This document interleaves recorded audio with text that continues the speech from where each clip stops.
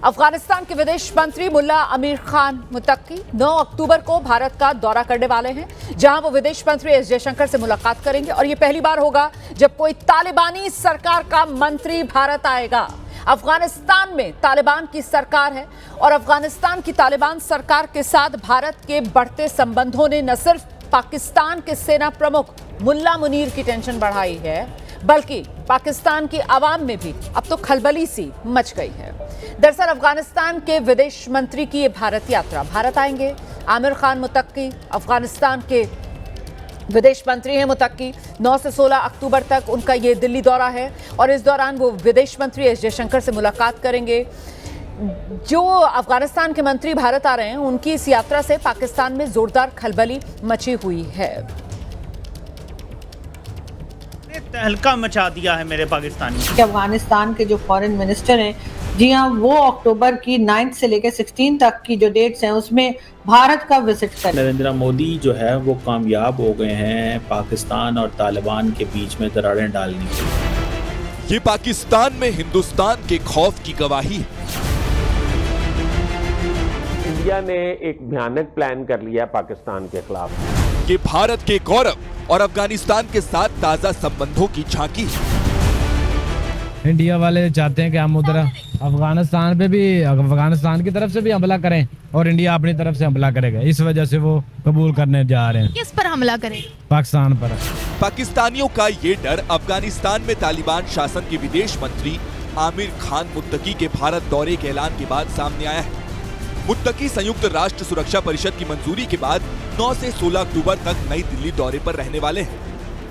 ऐसे में पाकिस्तान के सीने पर सांप लौटना लाजमी है, क्योंकि अफगानिस्तान के विदेश मंत्री का उच्च स्तरीय बैठकों के लिए नई दिल्ली आना पाकिस्तान और चीन के खिलाफ भारत का रणनीतिक कदम है। पाकिस्तान शुरू से ही चाहता रहा है कि भारत और अफगानिस्तान साथ न आए। यही कारण है कि उसने पिछली बार के मुत्तकी के भारत दौरे से पहले अडंगा डाल दिया था और उनकी यात्रा रद्द हो गई। हालांकि इस बार भारत की तैयारी के आगे पाकिस्तान की एक न चली। पहली दफ़ा ऐसे हो रहा है कि अफगानिस्तान के जो फॉरेन मिनिस्टर हैं वो इंडिया जा रहे हैं और ये आप समझ लें कि ये 3 दहाइयों में पहली दफ़ा हो रहा है। This is happening first time in 3 decades. So it means कि नरेंद्र मोदी जो है वो कामयाब हो गए हैं पाकिस्तान और तालिबान के बीच में दरारें डालने के लिए। और जारी बात है, इसमें तालिबान ने वो स्पेस दी है इंडिया को। पता ये चला कि वहाँ पे जो गुफ्तगू हुई है, अमीर मुत्तकी को ये राह की तरफ से टारगेट दिया गया है कि वो टीटीपी को सपोर्ट करें और टीटीपी को खैबर पख्तूनख्वा के किसी हिस्से पर कब्जा करने के लिए आमादा करें। दरअसल साल 2021 में जब तालिबान ने अफगानिस्तान की अशरफ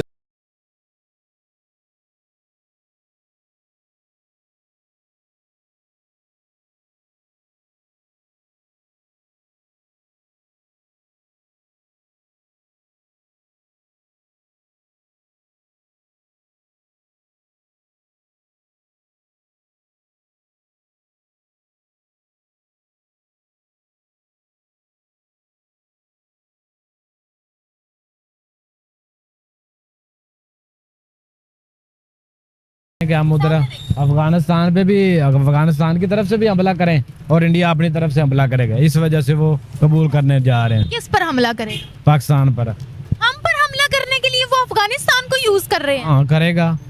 और पाकिस्तान ने 2 मुल्कों के साथ यकतरफा जंग लड़नी है। अच्छा। हाँ, तो अफगानिस्तान इंडिया के बिहाफ पे हमसे जंग मोल ले लेगा? ले लेगा। हाँ जी। मुफलिसी, महंगाई और लगातार 4 रविवार भारतीय क्रिकेट टीम से पिटने से परेशान पाकिस्तानियों में मातम की ये सबसे नई किस्त है।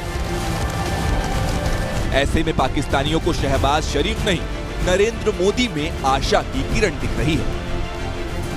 आप इस 1 साल को निकालिए और पिछले 10 साल प्राइम मिनिस्टर नरेंद्र मोदी के याद करें। उन्होंने अपनी कौम के लिए, अपने लोगों के लिए जो खिदमत अंजाम दी है ना, मेरी ख्वाहिश ये है कि पाकिस्तान में भी कोई ऐसा वज़ीर-ए-आज़म हो कि अपनी कौम के लिए खिदमत अंजाम दें।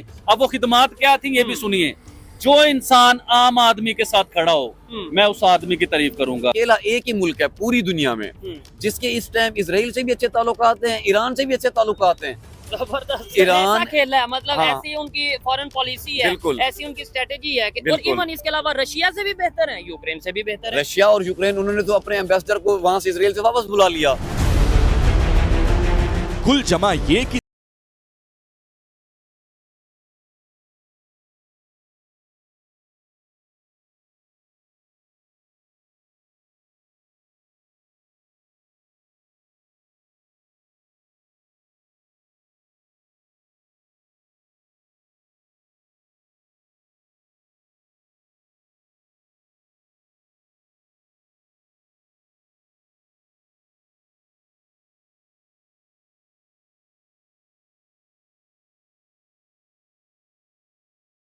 और फिर कूटनीति में परास्त होने के बाद अब पाकिस्तान अपने होम ग्राउंड में भी शिकस्त का सामना कर रहा है। पीओके के लोगों को सताने के साथ साथ पाकिस्तान आतंकवादियों को भी भरपूर सपोर्ट करता है। यही समर्थन पाकिस्तान को एक बार फिर भारी पड़ा जब आतंकवादी संगठन तहरीक-ए-तालिबान लगातार पाकिस्तानी सैनिकों पर अब हमले पर उतर आया है, उन्हें मार रहा है, जिससे पाकिस्तान के लोगों में खौफ भर गया है और साथ ही साथ नाराजगी भी। धमाके हो रहे हैं, आपको क्या लगता है कि टीटीपी को पीछे से किस कंट्री की सपोर्ट मिल रही है? अफगानिस्तान की मिल रही है। तो अफगानिस्तान टीटीपी को बिल्कुल, ये तो उनकी अपनी ऑफिशियल स्टेटमेंट है, वो टीटीपी को सपोर्ट कर रहे हैं, लेकिन वो क्यों कर रहे हैं पाकिस्तान के अगेंस्ट सपोर्ट? ये तो अब उनको ही पता हो, क्योंकि पाकिस्तान हर किसी से एक तो लड़ाई कर लेता है दोस्ती करने के बजाय। इंडिया से भी लड़ाई कर लिया, अब अफगानिस्तान से भी लड़ ही रहे हैं तो वो भी लड़ेंगे ही। वो उनके पास तो हमारा बॉर्डर मिलता है तो उनके पास तो राइट है कि वो आगे कुछ भी कर सकते हैं। तहरीक-ए-तालिबान पाकिस्तान ने रिस्पॉन्सिबिलिटी उठाई है कि हमने ये अटैक करवाया है, तो ये अटैक्स बार बार पाकिस्तान के अंदर, स्पेशली खैबर पख्तूनख्वा, पेशावर, इस तरह के इलाकों के अंदर बार बार क्यों इतनी दहशतगर्दी फैल रही है? क्योंकि इस पे कोई एक्शन नहीं लिया जा रहा। जब एक्शन लिया जाएगा तो उनको भी पता होगा कि हमने ये काम नहीं करना। यहाँ पे किसी तरह कोई सिक्योरिटी का उस तरह नहीं है, इंतजाम नहीं है, तो उसकी वजह से हमारी कंट्री में सिक्योरिटी नहीं है, लेकिन जिस तरह होनी चाहिए उस तरह नहीं है। बाहर के जो क्रिकेटर्स हैं वो यहाँ पे नहीं आना चाह रहे हैं सिक्योरिटी की वजह से, कि उनको भी डर लगता है कि हम यहाँ पे कैसे आए, कि सिक्योरिटी का कोई इंतजाम नहीं है यहाँ पे जिस तरह होना चाहिए, तो वो भी सिक्योर फील नहीं करते पाकिस्तान में। इसमें पाकिस्तान का अपना भी कंट्रीब्यूशन है और कुछ बाहर की कंट्रीज़ का भी कंट्रीब्यूशन है, लेकिन पाकिस्तान को अपनी पॉलिसी स्ट्रॉन्ग करने की बहुत ज़रूरत है इस तरह के टेररिस्ट अटैक से अपने आप को सेफ गार्ड करने के लिए। आगे बढ़ेंगे बात मौसम के मिजाज की। अक्टूबर का महीना है और बदलते मौसम से पारा गिरना शुरू हो गया है। मैदानी इलाकों में एक बार फिर बारिश हो रही है। पहाड़ों पर मौसम का मिजाज बदल चुका है। बर्फबारी का आगाज हो गया है। पहाड़ों पर भारी बर्फबारी से ठिठुरन बढ़ गई है। तापमान में गिरावट दर्ज की जा रही है और मैदानी इलाकों में भी गुलाबी ठंड अब महसूस होना शुरू हो गई है। लेकिन ये तो सिर्फ बर्फबारी की अभी शुरुआत है। सर्दी का ये सिर्फ एक ट्रेलर भर है। हिमाचल प्रदेश, जम्मू कश्मीर, लद्दाख, उत्तराखंड में बर्फबारी शुरू। कुदरत की सफेद चादर से वादियां गुलजार। बर्फबारी ने ऊंची ऊंची पहाड़ियों की रंगत बदल दी है। कल तक हरे भरे नजर आ रहे पहाड़ों ने अब सफेद चादर ओढ़ ली है। मकानों पर, रास्तों पर बर्फ की मोटी परत बिछी हुई है। जहां तक नजर जा रही है सिर्फ और सिर्फ बर्फ ही बर्फ नजर आ रही है। जम्मू कश्मीर के पहाड़ी इलाके हों या फिर लद्दाख, हिमाचल प्रदेश हो या उत्तराखंड, पहाड़ बर्फ से ढके हैं। बर्फबारी से मौसम खुशनुमा हो गया है। तो आइए अब एक एक कर ये तस्वीरें आपको दिखाते हैं और पहले तस्वीरें जम्मू कश्मीर के कुपवाड़ा की आप देख रहे हैं। आसमान से गिरी बर्फ ने मौसम में ताजगी बिखेर दी है।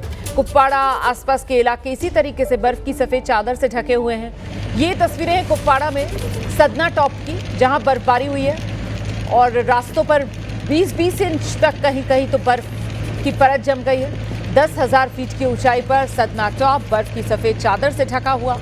बर्फबारी की वजह से यहाँ यातायात पर खासा असर पड़ा है।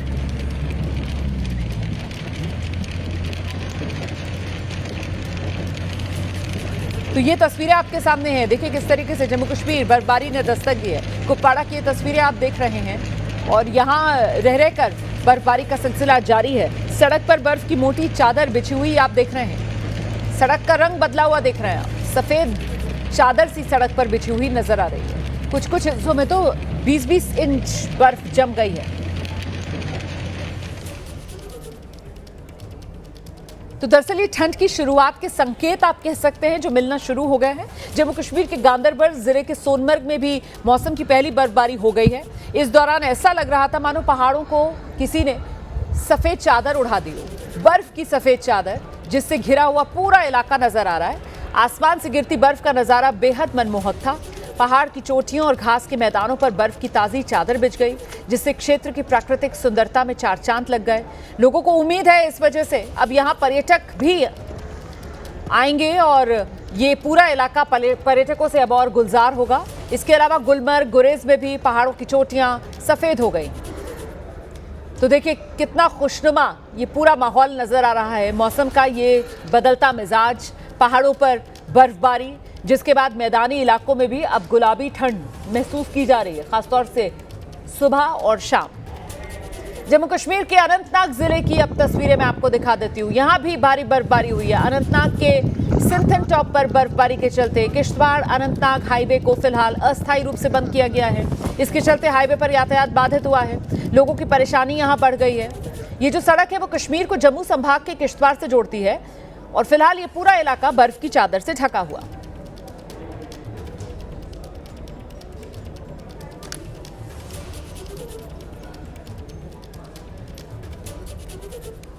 कुदरत की सफेद चादर से पहलगाम भी गुलजार है। मौसम की पहली बर्फबारी में बेताब घाटी सहित पहलगाम के दूर दराज वाले जो इलाके हैं वहां बर्फबारी हो रही है। ये तस्वीरें देखिए और समझिए किस तरह पूरा इलाका बर्फबारी के आगोश में।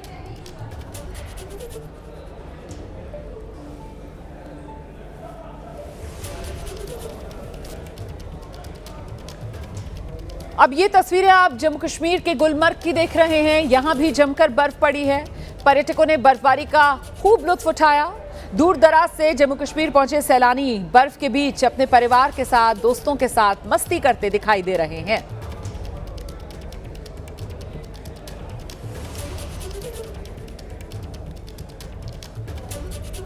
तो मौसम का ये बदला हुआ मिजाज लद्दाख के करगिल में भी दिख रहा है। बर्फबारी करगिल में भी हुई है और इस वजह से पूरे इलाके में तापमान में भारी गिरावट दर्ज की गई है। तस्वीरें देखिए, चारों ओर सिर्फ और सिर्फ बर्फ ही बर्फ। पेड़ों पर भी बर्फ की परत जमी हुई दिख रही है। ऐसा लग रहा है इसको देखकर जैसे किसी कलाकार ने पेड़ों पर सफेद रंग से चित्रकारी कर दी हो।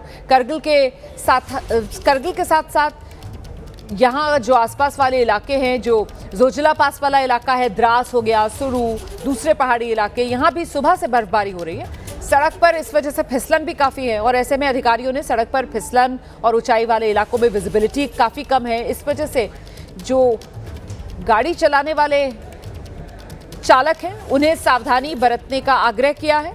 मौसम विभाग के मुताबिक कश्मीर, लद्दाख के अधिकांश हिस्सों में कल तक ऐसे ही भारी बारिश और बर्फबारी का सिलसिला जारी रह सकता है और जोजिला और शिंकुला जैसे जो पर्वतीय दर्रे हैं उनके बंद होने की भी चेतावनी जारी की गई है। 8 अक्टूबर से हालांकि मौसम बदलेगा और मौसम खुलना शुरू हो जाएगा। ये तस्वीरें आप देख रहे हैं जम्मू कश्मीर की, ये तस्वीरें आपके सामने सोनमर्ग, गुलमर्ग, लेह लद्दाख, करगिल की तस्वीर आप देख रहे हैं। इसके अलावा अनंतनाग, कुपवाड़ा, पहलगाम की तस्वीरें आपके सामने हैं। बिहार चुनाव को लेकर दिल्ली में सियासी हलचल तेज है। एनडीए में सीट शेयरिंग को लेकर एक बड़ी बैठक चल रही है। चिराग पासवान के आवास पर सीट शेयरिंग को लेकर एनडीए का मंथन। धर्मेंद्र प्रधान, विनोद तावड़े मौजूद हैं चिराग पासवान के साथ। चिराग पासवान के आवास पर इस वक्त एनडीए की बड़ी बैठक चल रही है। सीटों के बंटवारे में चिराग पासवान बड़ी हिस्सेदारी का दावा कर रहे हैं और इसी को लेकर सूत्र ये मानते हैं कि अभी तक सीट शेयरिंग का फॉर्मूला एनडीए में तय हो नहीं पाया और ऐसे में आखिरकार किस तरीके से चिराग पासवान के साथ सीट शेयरिंग के फॉर्मूले पर बात बनेगी, इसी पर तो मंथन हो रहा है। सीधे आपको लेकर चलेंगे, हमारे सहयोगी पवन गौड़ इस वक्त हमारे साथ मौजूद हैं और जरा जानते हैं पवन से। पवन, सूत्र क्या जानकारी दे रहे हैं? ये सीट शेयरिंग के फॉर्मूले को लेकर सहमति कैसे बन सकती है एनडीए के भीतर चिराग पासवान की? देखिए, आपको बता दूं रुमाना कि जिस तरह से लगातार पिछले कुछ दिनों से बिहार में आपको हलचल देखने को मिली, पहले जो चुनाव के प्रभारी हैं और संगठन के प्रभारी विनोद तावड़े और धर्मेंद्र प्रधान, वो बिहार में कई सारे एनडीए नेताओं से मुलाकात करते हैं और उसके बाद आज दिल्ली में चिराग पासवान के साथ मुलाकात कर रहे हैं। चूंकि अब बिहार में विधानसभा चुनाव की घोषणा हुई है, घोषणा होने के बाद में अब पहला जो मतदान का जो पहला चरण 6 नवंबर को होना, यानी 17 अक्टूबर को जो है वो लास्ट डेट है नॉमिनेशन के लिए, पहले चरण के मतदान के लिए। तो ऐसे में अब एनडीए में भी जो सीट शेयरिंग को लेकर चर्चा चल रही थी उसको सब खत्म कर देना चाहते हैं और जल्दी जल्दी से जल्दी एनडीए के जो सीट शेयरिंग है उसकी घोषणा कर देना चाहते हैं। उसके चलते ही ये सारी बैठकों का दौर चल रहा है। अब से थोड़ी देर पहले जो धर्मेंद्र प्रधान है, विनोद तावड़े और मंगल पांडे जो बिहार सरकार के मंत्री हैं, वो यहाँ चिराग पासवान के आवास पहुंचे और आवास पर पहुंचकर यहाँ चिराग पासवान से मुलाकात कर रहे हैं। सूत्रों के हवाले से खबर यही है कि चिराग पासवान जो है तकरीबन 40 के आसपास सीटों की डिमांड एनडीए से कर रहे थे। हालांकि ये पहली औपचारिक बैठक है चिराग पासवान और जो बीजेपी के नेता हैं उनके बीच में। उससे पहले चिराग पासवान कई बार बीजेपी अध्यक्ष जेपी नड्डा के साथ मुलाकात करके अपनी बात रख चुके हैं। इसके अलावा अन्य कई सारे नेताओं से मुलाकात करके अपनी बात रख चुके हैं कितनी सीट पर वो लड़ना चाहते हैं। लेकिन ये सीट शेयरिंग को लेकर पहली औपचारिक मुलाकात चिराग पासवान की यहाँ धर्मेंद्र प्रधान और विनोद तावड़े के बीच में हो रही है। हालांकि अगर बीजेपी सूत्रों के हवाले से अगर बात करें तो बीजेपी जो है वो 24-25 सीट देने तक को चिराग पासवान को तैयार है। चूंकि पिछली अगर विधानसभा चुनाव की बात करें तो चिराग पासवान एनडीए से अलग होकर चुनाव लड़े थे। उसके चलते 115 सीट पर जेडीयू चुनाव लड़ी थी और 110 सीट पर बीजेपी चुनाव लड़ी थी। लेकिन इस बार चिराग पासवान को भी अगर एडजस्ट करना है तो फॉर्मूला एक तैयार किया जा रहा है कि कितनी सीटें चिराग पासवान को अधिकतम दी जा सकती हैं और कहां आकर एक सहमति बन सकती है। कल बरेली के दौरे पर जाने वाले हैं अखिलेश यादव। बरेली हिंसा के पीड़ितों से मुलाकात करेंगे अखिलेश यादव। अखिलेश यादव बरेली के बाद रामपुर भी जाएंगे। आजम खान से मुलाकात का भी अखिलेश यादव का कल कार्यक्रम है। ये बड़ी खबर है। बरेली जाना है कल अखिलेश यादव को और वहां जाकर जो हिंसा के पीड़ित हैं उनसे अखिलेश यादव को मुलाकात करनी है।